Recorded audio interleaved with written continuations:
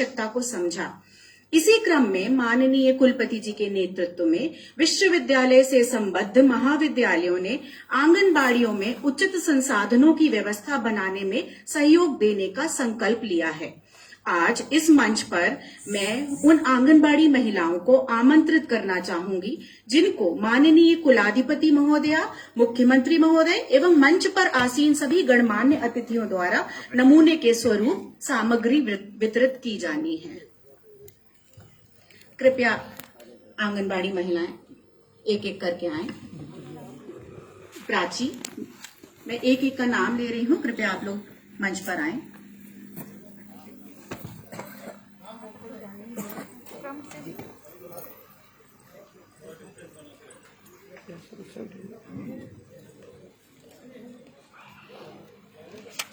प्राची, गीता शुक्ला,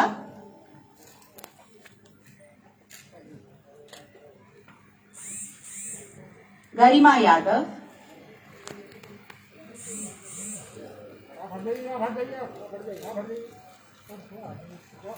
प्रपाशा दीक्षित, मधु मिश्रा,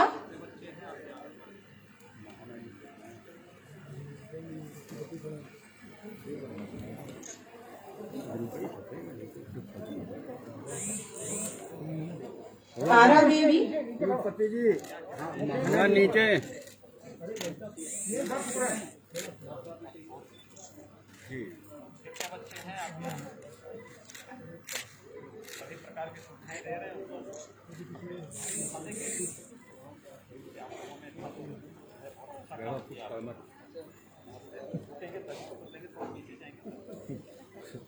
थोड़ा पीछे हो जाओ, थोड़ा पीछे हो जाइए मैडम, थोड़ा पीछे जाइए मैडम, थोड़ा पीछे। राजपाल जी छुप रहे हैं। यस यस, और थोड़ा इधर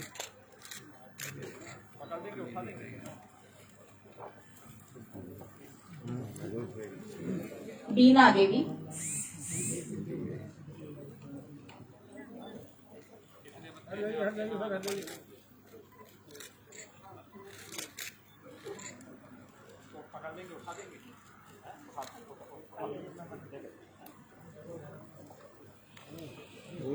रेखा गौतम,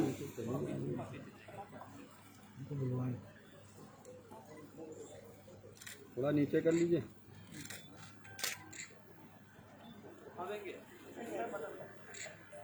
एवं रेखा वर्मा।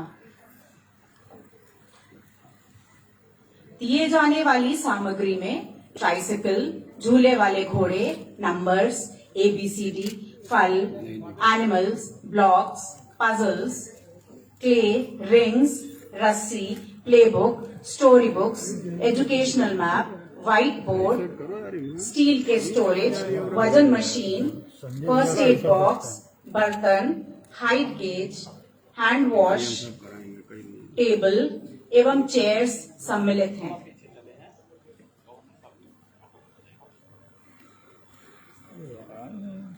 पीछे हो जाओ थोड़ा।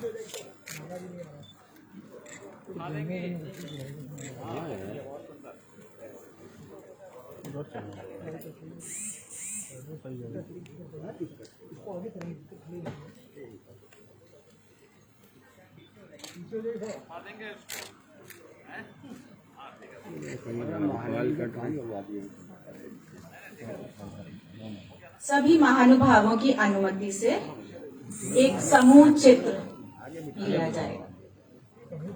एक ग्रुप फोटो करा दीजिए महाराज जी।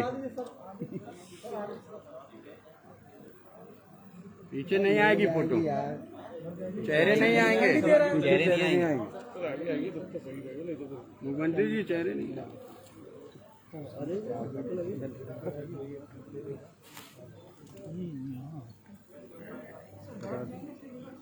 सर दिखाई नहीं दे रहा है, फोन से चेहरा नहीं आगे, सकला जी आगे। जी जी जी जी जी जी जी, आई लव यू।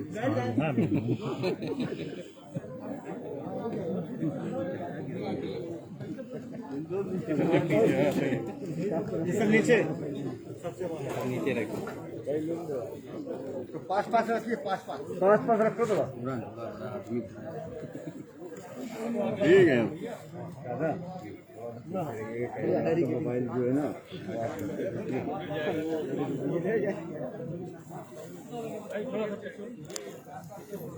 कोविड की पीछे जा भैया पीछे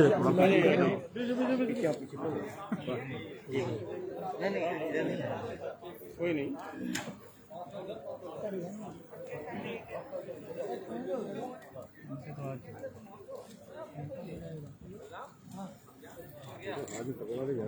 और पीछे आ जाइए भाई, पीछे इधर आओ पीछे चलो भैया, पीछे भैया सामने देखिएगा, इधर आओ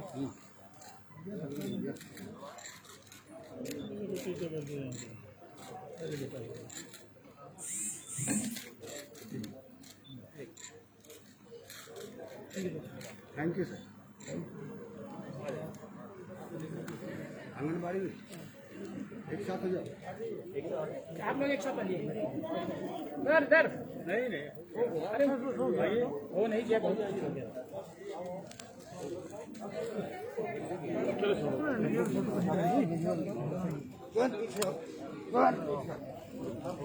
इधर बैठे भैया।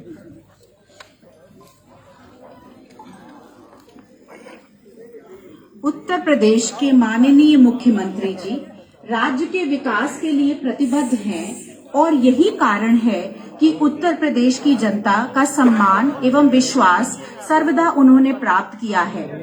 आज के कार्यक्रम में उनकी उपस्थिति के लिए हम सब कृतज्ञता ज्ञापित करते हैं। माननीय मुख्यमंत्री जी से अनुरोध है कि वे अपने आशीर्वचनों से सभा को अभिसिंचित करें।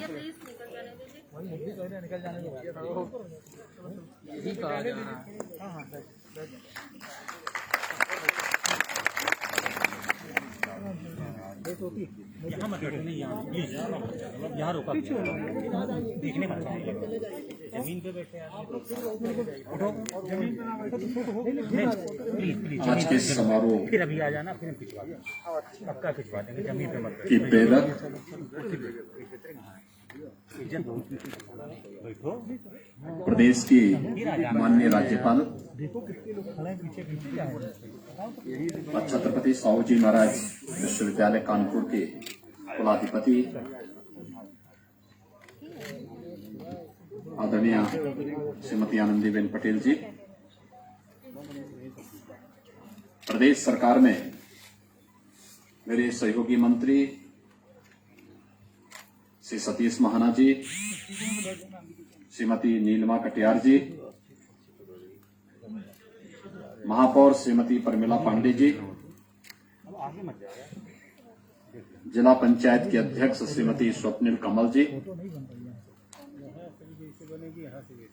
हमारे सभी विधायकगण, विश्वविद्यालय के कुलपति प्रोफेसर विनय कुमार पाठक जी,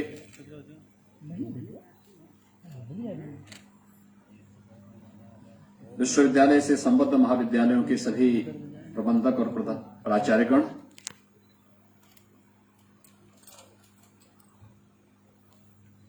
और आज के इस कार्यक्रम में उपस्थित सभी आंगनबाड़ी से जुड़ी हुई उपस्थित बहनें, भाइयों बहनों, मैं आभारी हूं माननीय राज्यपाल महोदय का,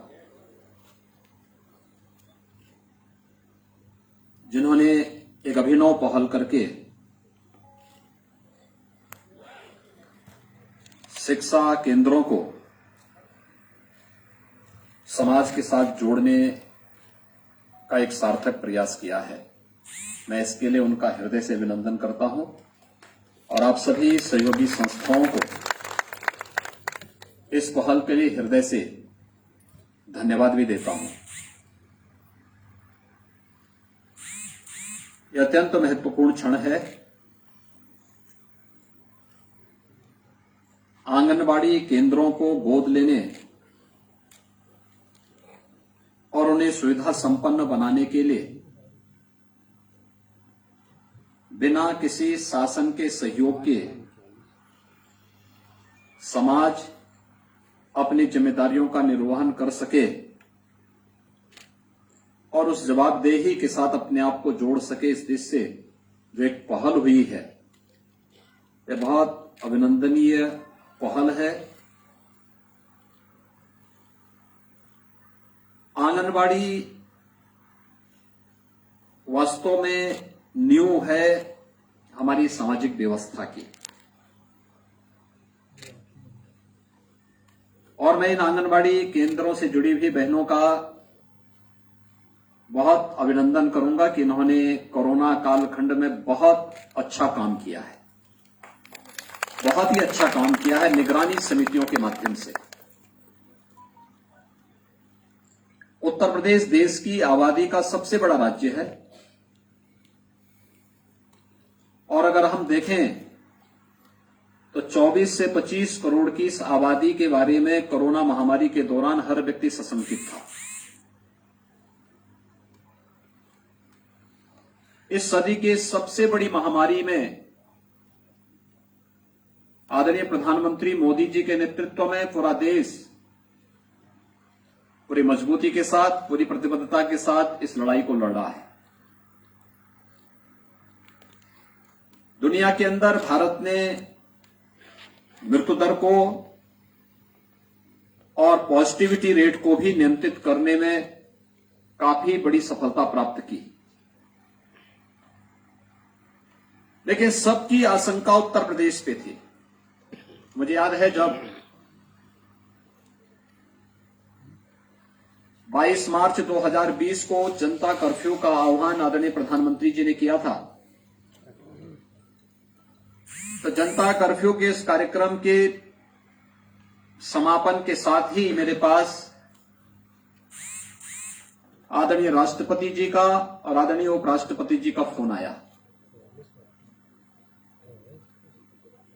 उन्होंने मुझे एक ही बात कही, उन्होंने कहा योगी जी कोरोना भारत में आ गया है, हम सब चिंतित हैं उत्तर प्रदेश से, क्या होगा?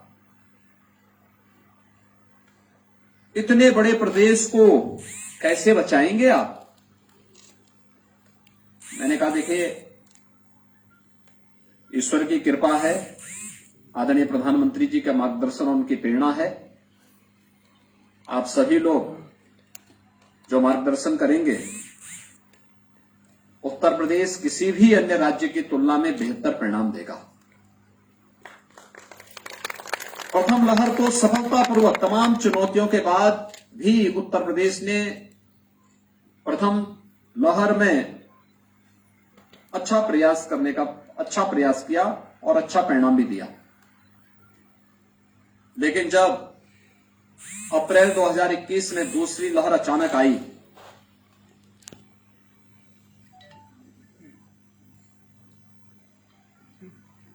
कोई उपचार दुनिया के पास नहीं, वैक्सीनेशन बचाव का एक उपाय है। 16 जनवरी 2021 से देश के अंदर भी वैक्सीनेशन का बृहद अभियान प्रारंभ हुआ, और ये प्रधानमंत्री जी की दूरदर्शिता थी कि उन्होंने पहले चरण में हेल्थ वर्कर्स को पूरी तरह वैक्सीनेट कर दिया। हेल्थ वर्कर के बाद कोरोना वॉरियर्स को उसके साथ जोड़ दिया। ये जितने भी आंगनबाड़ी से जुड़ी हुई बहनें हैं, आशा बहनें हैं, इन सभी लोगों ने स्थानीय जनप्रतिनिधि, हमारे विधायकगण, सांसदगण के मार्गदर्शन में, ग्राम प्रधान, पार्षद, इन सब के नेतृत्व में काम किया, और मैंने सचमुच उस समय इनके कार्य को देखा है। क्योंकि जब दूसरी लहर को पैनिक बना दिया गया, स्थिति अनियंत्रित सी होती हुई दिखाई दे रही थी, तो मुझे स्वयं फील्ड में उतरना पड़ा था, और मैं फिर जनपद जनपद का दौरा करने के लिए निकला। फिर मीडिया की ओर से आने लग गया कि गांवों में ज्यादा फैल गया, तो मैंने गांवों का भी रुख किया, और मैं देखता था कोई और मिले ना मिले, लेकिन आंगनवाड़ी और आशा बहनें मुझे जरूर गांवों में मिलती थी, घर घर स्क्रीनिंग करने के कार्य के साथ मिलती हुई दिखाई देती थी। हम लोगों ने मेडिसिन किट पहले देनी प्रारंभ की। उत्तर प्रदेश के इस मॉडल को WHO ने भी, नीति आयोग ने भी, और दुनिया के सभी संस्थानों ने उत्तर प्रदेश के इस मॉडल को न केवल स्वीकारा बल्कि उसकी सराहना भी की, और उसको स्वीकारा भी, और अन्य राज्यों से और देशों से भी कहा कि उत्तर प्रदेश ने जैसे कोरोना के लिए प्रोएक्टिव होकर के कार्य किया है, उसी तर्ज पर कार्य किया जाना चाहिए। और मुझे लगता है कि इसमें जो कार्य हुआ है, हमारे हेल्थ वर्कर्स ने, आंगनबाड़ी और आशा बहनों ने जो कार्य किया है वो बहुत अभिनंदनीय कार्य है। और मुझे लगता है कि जैसा कार्य कोरोना के दौरान और इस समय भी थर्ड वेव से बचने के लिए घर घर जाकर के स्क्रीनिंग करने का कार्य और बच्चों को 4 श्रेणी में मेडिसिन किट उपलब्ध करवाने का कार्य भी ये लोग कर रही हैं, जिसमें 0 से 1 वर्ष, 1 से 5 वर्ष, 5 वर्ष से 12 वर्ष, 12 से 18 वर्ष, 4 श्रेणी के जो मेडिसिन किट वितरित की गई, इसको भी व्यापक पैमाने पे गांव-गांव में, कस्बे में, मोहल्ले में वितरण करने का कार्य हर लक्षण युक्त व्यक्ति को किया जा रहा है। जो कार्य आंगनबाड़ी के बारे में अक्सर टिप्पणियां होती थी, लोग नकारात्मक टिप्पणी भी करते थे, लेकिन जो कार्य आंगनबाड़ी ने विश्वसनीयता का करके दिखाया कि नहीं, कोई डरेगा भले ही डरता हो, हमें इस महामारी से डरना नहीं है, बल्कि इसका सामना करना है। स्वयं का बचाव करते हुए हमें दूसरों को बचाने के लिए अपने आप को आगे करना है। और यह कार्य अद्भुत कार्य हुआ था। उसी प्रकार की कार्य पद्धति को अगर हम आंगनबाड़ी केंद्रों के माध्यम से भी आगे बढ़ाने का कार्य करते हैं, मुझे लगता है कि बहुत ही अच्छा और पवित्र कार्य होगा। आंगनबाड़ी में आता कौन है? 3 से 5 साल तक के बच्चे। ये वह समय है जहां पर उसको जैसी दिशा हम देना चाहेंगे, उसका आगे का जीवन उसी रूप में आगे बढ़ता हुआ दिखाई देगा। प्रदेश सरकार ने अपने स्तर पर सरकारी व्यवस्था के तहत तैयारी की कि हमारे पास हर आंगनबाड़ी केंद्र अच्छा हो। ज्यादातर आंगनबाड़ी केंद्र बेसिक शिक्षा परिषद के स्कूल के कैंपस नहीं है, तो स्कूल कैंपस को हम लोगों ने पहले ऑपरेशन कायाकल्प के माध्यम से अपने माननीय सांसद और विधायकों के सहयोग से उन्हें एक नया स्वरूप दिया। और साथ साथ उनसे ये भी कहा गया कि अगर वहां पर बेसिक शिक्षा परिषद के स्कूलों की कायाकल्प कर रहे हैं तो उसके साथ आंगनबाड़ी को भी जरूर जोड़ें। लेकिन फिर भी हमारे पास एक बड़ी संख्या में ऐसे भी आंगनबाड़ी केंद्र थे जो किराए के भवन में चल रहे थे, और सरकार ने निर्णय लिया कि नहीं, अब किराए के भवन में नहीं बल्कि इनका स्वयं का भवन होना चाहिए और सुरक्षित स्थान पर होना चाहिए, जहां पे गांव के मोहल्ले के बच्चे आसानी से वहां पहुंच सके। उस पर कुछ पे कार्य हो चुका है, कुछ पे कार्य तीव्रता के साथ आगे बढ़ रहा है। लेकिन पहले चरण में इंफ्रास्ट्रक्चर देने, भवन देने, पेयजल की व्यवस्था की वहां तक व्यवस्था करना, टॉयलेट की व्यवस्था करना, अन्य प्रकार की सुविधाएं देने में जब सरकार जुटी हुई थी, तब आदरणीय राज्यपाल महोदय की प्रेरणा से आंगनबाड़ी केंद्रों को सुविधा संपन्न बनाने के लिए और उन बच्चों को मनोरंजन में हम ज्ञानवर्धक चीजें भी बता सकेंगे, इस भाव के साथ जो एक कार्य प्रारंभ हुआ, वाराणसी का सेवापुरी मॉडल आज देश के अंदर सराहा जा रहा है। आदरणीय प्रधानमंत्री जी की प्रेरणा थी, राज्यपाल महोदय ने कैंप किया, नीति आयोग ने सहयोग किया, और आज वहां पर आप जाकर के देखेंगे कितना बेहतरीन कार्य हुआ है।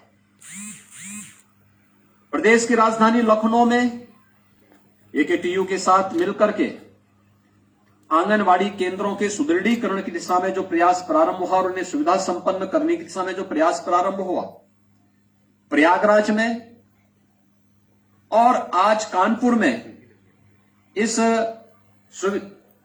आंगनबाड़ी केंद्र के साथ छत्रपति साहूजी महाराज विश्वविद्यालय के साथ मिलकर के इस कार्यक्रम को एक साथ जोड़ करके आगे बढ़ाने का जो कार्य हो रहा है, ये पहल बहुत अभिनंदनीय पहल है। और मैं अभिनंदन करूंगा उन सभी प्रबंधकों और प्रधानाचार्यों का जो इस विश्वविद्यालय से संबद्ध हैं और जिन्होंने स्वतःस्फूर्त भाव के साथ इस व्यवस्था के साथ जुड़ करके 1, 2, 3, 5, 7, 12 आंगनबाड़ी केंद्रों को गोद लेकर के उनके न केवल सुदृढ़ीकरण का कार्य बल्कि उन्हें सुविधा संपन्न बनाने का कार्य भी प्रारंभ किया है। एक बहुत अभिनंदनीय पहल है। समाज की व्यवस्था इसी से चलती है। याद करना, समाज की व्यवस्था में अगर सरकार आगे है, समाज पीछे है, तो वह कार्य योजना कभी भी बहुत सफल हो जाएगी, उसकी संभावना बहुत क्षीण होती है।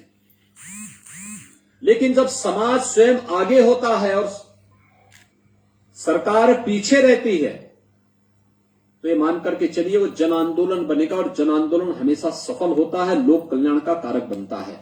और हमें लोक कल्याण के कारक के रूप में इस व्यवस्था को आगे बढ़ाने का कार्य करना चाहिए, और ये उसी प्रकार की पहल है। इससे पहले हर एक विश्वविद्यालय से, हर एक संस्थान से ट्यूबरक्लोसिस से जुड़े हुए एक एक बच्चे को, एक एक व्यक्ति को गोद लेने की जो पहल थी, व्यापक सफलता उसमें प्राप्त हुई। बहुत सारे बच्चे टीबी मुक्त हुए हैं, सामान्य जीवन यापन करने की दिशा में अग्रसर हो रहे हैं। जिन्हें एक निराशा थी, हताशा थी, उपचार पहले भी था, सुविधा पहले भी थी, लेकिन हम समाज को उसके साथ जोड़ करके लोगों को उसके प्रति जागरूक कर सकें और उसके लिए प्रेरित कर सकें, एक बड़ी पहल है। और आदरणीय राज्यपाल महोदय ने इस पहल को आगे बढ़ाया है। मैं इसके लिए उनका हृदय से अभिनंदन करता हूं और प्रदेश वासियों की ओर से उनका आभार भी व्यक्त करता हूं। आज का एक कार्यक्रम वास्तव में उस वर्ग के बच्चों का है जो आंगनबाड़ी से जुड़े हुए हैं और समाज के अंतिम पायदान पर बैठे हुए हैं। स्वाभाविक रूप से आप समझ सकते हैं कि आंगनबाड़ी केंद्रों में किन बच्चों को हम लोग लेकर के आते हैं। उनके प्रशिक्षण, वहां पर उनके लिए आवश्यक बुनियादी सुविधाओं का अभाव बहुत बार होता है, जानकारी नहीं होती है। कोरोना के कारण विगत 16 महीनों से शिक्षण का कार्य स्कूलों में बाधित हुआ है। यद्यपि हम लोगों ने विगत वर्ष से तय किया था कि आंगनबाड़ी को हम प्री प्राइमरी के रूप में आगे बढ़ाएंगे। आदरणीय राज्यपाल महोदय ने इसके बारे में एक पहल की थी और राज्य सरकार ने निर्णय लिया था कि प्री प्राइमरी के रूप में हम इसे आगे बढ़ाएंगे और उन बच्चों को आंगनबाड़ी में न केवल सामान्य खेल कूद से जुड़ी हुई सुविधाओं के साथ जोड़ करके उनके ज्ञानवर्धन को आगे बढ़ाएंगे, बल्कि प्री प्राइमरी के रूप में उनके बेस को वहीं पे मजबूत करते हुए हम प्राइमरी की दिशा में उन्हें, उस बच्चे को अभी से प्रेरित करेंगे। लेकिन विगत 16 महीनों से कोरोना के कारण जैसे सामाजिक जीवन का प्रत्येक क्षेत्र प्रभावित हुआ है, वैसे ही शिक्षा जगत भी इससे अछूता नहीं रहा है। बेसिक शिक्षा हो, माध्यमिक हो, उच्च हो, टेक्निकल एजुकेशन हो या फिर अन्य क्षेत्र भी इससे बुरी तरह प्रभावित हुए हैं। लेकिन इस सब के बीच से ही हमें रास्ता निकालना है। कोरोना महामारी से निपटने के लिए सरकार अपनी तरीके से रणनीति अपना रही है। समाज उसके साथ मिलकर के, जुड़ करके कार्य कर रहा है। समाज और सरकार मिलकर के जब एक साथ मिलकर के कदम आगे बढ़ाती है तो फिर सफलता में किसी भी प्रकार का संदेह नहीं रह जाता है। और आंगनबाड़ी केंद्रों को सुविधा संपन्न बनाने, उनके सुदृढ़ीकरण के लिए की जा रही यह पहल अत्यंत अभिनंदनीय है।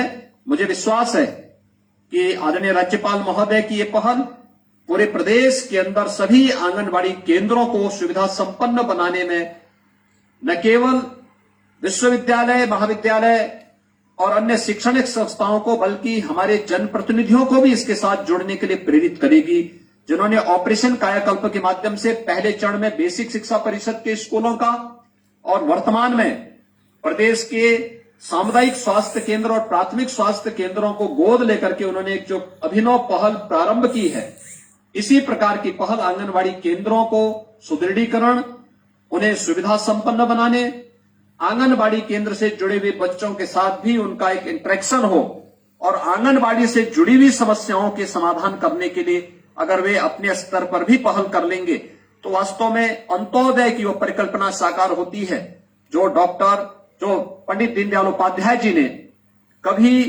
60 के दशक में इस देश को दी थी।